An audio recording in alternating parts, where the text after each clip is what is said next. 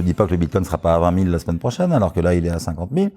Mais on s'en fout, il faut le garder longtemps, il faut le garder. Moi, j'ai toujours dit, gardez 5 ans, et dans 5 ans, vous rouvrez votre wallet, vous regardez ce qu'il y a dessus, et vous verrez si ça vaut la peine ou pas.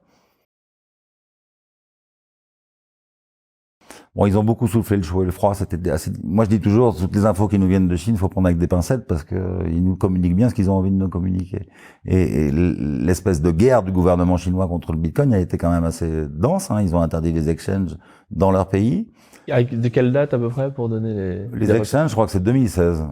Ils ont interdit en 2016. Ouais. Ils ont interdit non pas l'utilisation du Bitcoin, mais que le fait qu'il y ait des exchanges dans leur pays. Mais ils n'ont pas interdit le mining.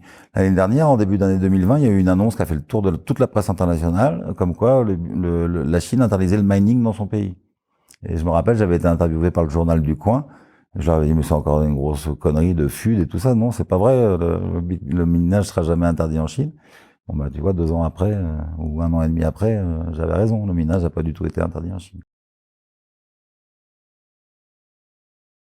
Et puis c'est hyper sain, cette révolution monétaire n'amène que du progrès, dès lors que ça ouvre une bancarisation à des populations qui n'y ont pas accès aujourd'hui encore en 2021. C'est dingue.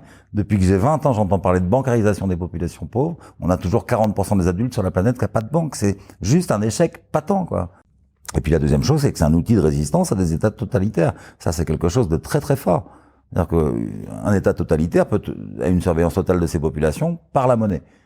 Bien meilleur que n'importe quelle autre surveillance par vidéo ou quoi que ce soit. Donc, quand tu n'as qu'une monnaie nationale qui est gérée par la banque centrale d'un État qui n'est pas bienveillant et que tu veux résister à cet État totalitaire, t'es coincé, quoi. On l'a vu à Hong Kong, hein, les gars. Pourquoi ils ont retiré beaucoup d'argent des distributeurs? C'était pas du tout pour créer un bank run, comme on a pu l'imaginer. C'est parce qu'ils savaient qu'ils étaient identifiés et qu'ils pourraient plus avoir accès à leur compte en banque. Voilà. Donc, s'ils ont du Bitcoin, ils sont sauvés.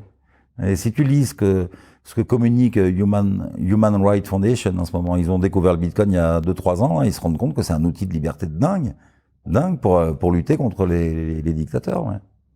Donc voilà, moi c'est ça qui m'a intéressé, la bancarisation des populations pauvres, et puis cet outil de résistance aux États totalitaires.